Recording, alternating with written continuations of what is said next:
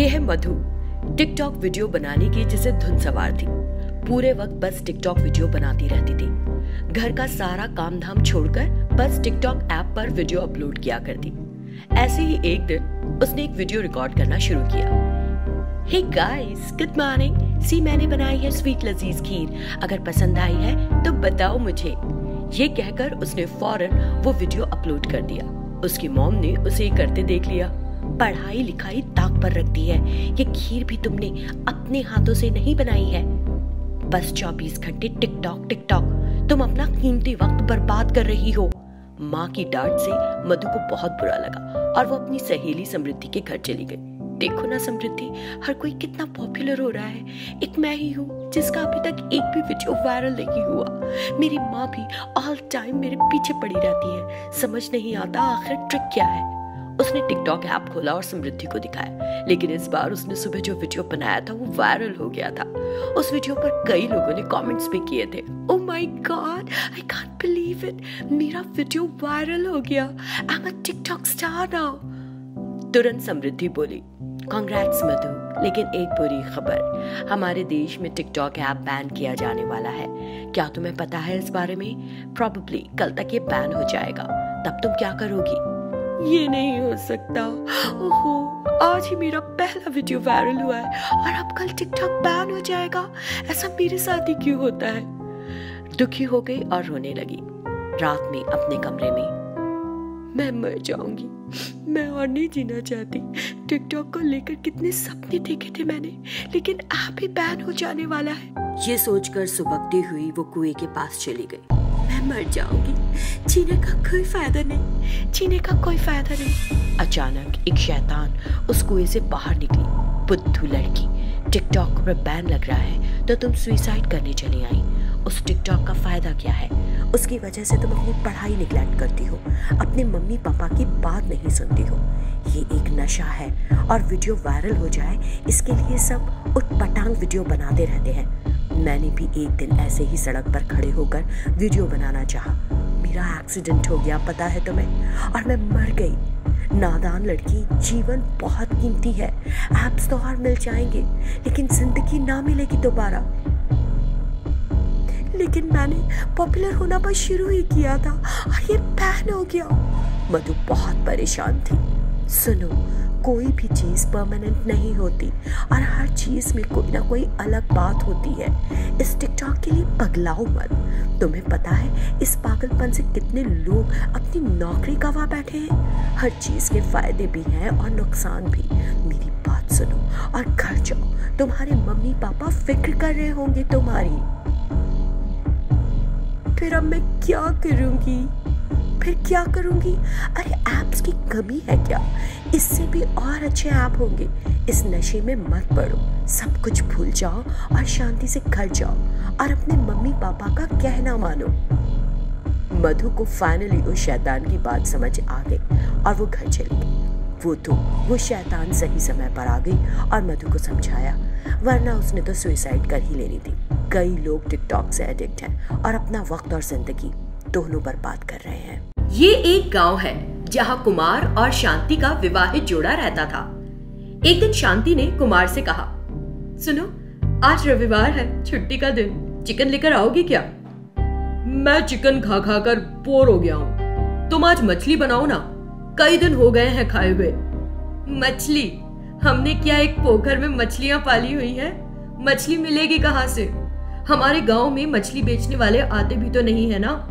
अगर बहुत दिल कर रहा है तो जाओ लेकर मछली पकड़ने का कांटा और पकड़ कर लाओ मछली। ठीक है शांति, कोशिश करने में कोई हर्ज नहीं। कुमार पास के एक छोटे से तालाब गया और मछली का कांटा पानी में डालकर इंतजार करने लगा।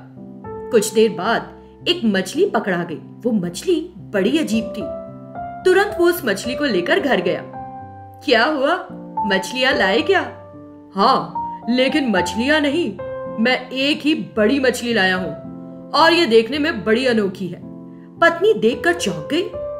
अरे भगवान, इतनी बड़ी मछली, वाकई ये बहुत अनोखी है।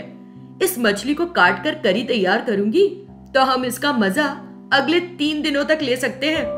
नहीं, मुझे मत मारो। तुम्हें मुझसे फायदा होगा, पहले मेरी बात सुन लो। मछली को बोलते देख कुमार और शांति हैरान हो गए और एक दूसरे से कहा, ये क्या, ये मछली बोल रही है? क्या ये एक जादुई मछली है? ठीक समझे, मैं एक जादुई मछली हूँ। उस तालाब में मेरा एक मित्र भी है। हम जिसके पास रहेंगे उसका घर धन से भर जाएगा, इसलिए मुझे मत मारो, कृपया मुझे मत मारो। मछली की बात सुनकर कुमार ने कहा, क्या ये सच है? तो क्या मुझे आपके दोस्त को भी ले आना चाहिए? अगर तुम वादा करते हो कि तुम मुझे नहीं मारोगे, तो मैं भी तुमसे वादा करती हूँ कि मैं तुम्हारी मदद जरूर करूंगी। अब जरा मुझे उस तालाब ले चलो। कुमार ने कहा ठीक है और उस मछली को तालाब ले गया। दोस्त, मेरे दोस्त, एक बार बाहर तो आओ। पुकार सुनकर मछली का दोस्त बाहर आ गया। तब जो मछली बाहर थी उसने उससे बात की। दूसरी मछली अपने दोस्त के वादे की सुनकर कुमार के साथ जाने को तैयार हो गई। फिर कुमार दोनों मछलियों को अपने साथ लेकर घर आया और उन्हें साथ रखा। फिर उनके लिए एक बड़ा सा टब तैयार किया और उसमें उनको डाल दिया। अगले दिन सुबह कुमार ने उन मछलियों के पास ढेर सारे सोने के सिक्के देखे। इस सोने को बेचकर पैसा ले आओ। तब कुमार ने वो सोना बेच दिया और उससे उसे कुछ पैसे मिले। मछलियों की मदद से कुमार कुछ ही समय में बहुत अमीर हो गया। उनका फायदा करने के बाद उन मछलियों ने कहा, दोस्त, हमने अपना वादा निभाया है। अब तुम एक अमीर व्यक्ति हो। अब तुमको हमारी जरूरत नहीं। कृपया हमें उस तालाब में फिर छोड़ दो। हम यहाँ नहीं रह पा रहे हैं। इस तरह उन दो मछलियों ने कुमार से अनुरोध किया। ठीक है दोस्तों, तुमने मुझ पर बड़ा उपकार किया है, बदले में मैं तुम्हें स्वतंत्र करता हूँ। इतना कहते हुए कुमार उन दो मछलियों को तालाब में छोड़ने गया। दोस्त, हम हमारी तुम्हारी दोस्ती को हमेशा याद रखेंगी। इतने दिन साथ जो रहे, जब भी तुम्हें किसी चीज की जरूरत हो हमें आकर पुकार लेना। हम तुम्हारी मदद जरूर करेंगे। ठीक है दोस्तों, जरूर। इतना कहते हुए कुमार ने उन दो मछलियों को उस तालाब में फिर से छोड़ दिया। इस तरह अच्छे दिल वाला कुमार मछलियों की मदद से अमीर हो गया।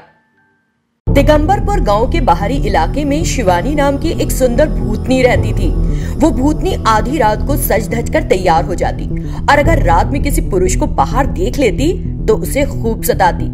जब कई बार ऐसा हुआ तो दिगंबरपुर गांव के आदमियों ने रात में बाहर निकलना एकदम बंद कर दिया।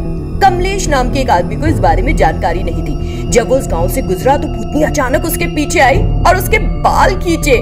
लेकिन कमलेश ने विग पहना हुआ था। बाल खींचे तो उसका टकला सर दिखाई देने लग गया। जब तक उसने ऊपर देखा, भूतनी गायब हो चुकी थी। आय आय, मेरा विग कहाँ चला गया? खुदा ना खास्ता किसी ने देख लिया जो मेरा सिर, तो शादी के लिए लड़की ना देगा कोई, फिर तो सारी उम्र कुंवारा ही रहना पड़ेगा। और कमलेश ने दौड़ लगा दी। लेकिन तभी शिवानी भूतनी उसके सामने आ गई और उसके पैर पकड़कर एक पेड़ के पीछे ले गई और उसे खूब सताया। कमलेश ने भी चीखम चाक मचाई और उसकी पकड़ से निकल भागा।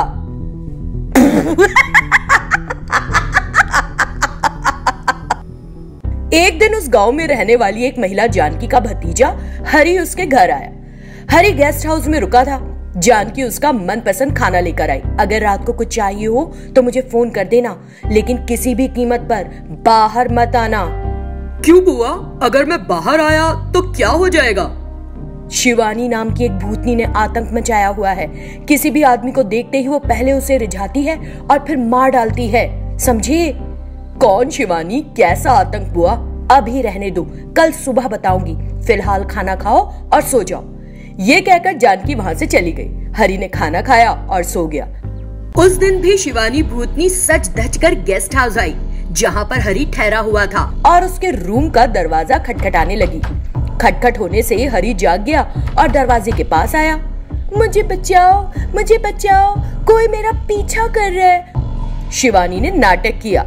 थैंक गॉड कि हरी को अपनी बुआ की बात याद आ गई। तुरंत उसने दरवाजे की पीप होल से बाहर देखा। वहाँ एक खूबसूरत लड़की खड़ी थी। मुझे लगता है कि ये वही शिवानी भूतनी है।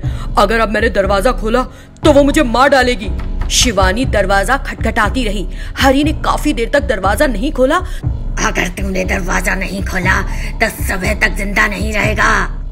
हरी के हाथ पैर ठंडे पड़ गए। उसने झट से खुद को कंबल से ढक लिया और सो गया।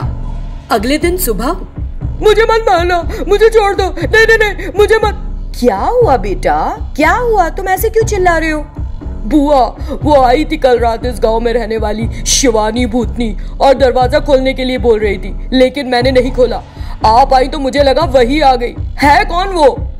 शिवानी इसी गांव में रहती थी बेटा। वो देखने में बहुत बदसूरत थी। कोई भी उससे शादी करने के लिए तैयार नहीं हुआ। इससे वो बेचारी मुरझा सी गई। एक दिन कुछ बदमाश लड़की, भूतनी को देखा है कभी? वो देखो, वो जा रही है। वो इस मजाक को बर्दाश्त नहीं कर सकी। उसने खुद को फांसी लगा ली और मर गई। अब अपनी मौत का बदला आदमियों को मार कर ले रही है। मतलब अगर मैंने कल रात दरवाजा खोल दिया होता तो मेरा भी राम नाम सत्य हो जाता। मुझे नहीं रहना इस गांव में। हरी ने फटाफट अपना सामान पैक किया और वहां से भाग लिया।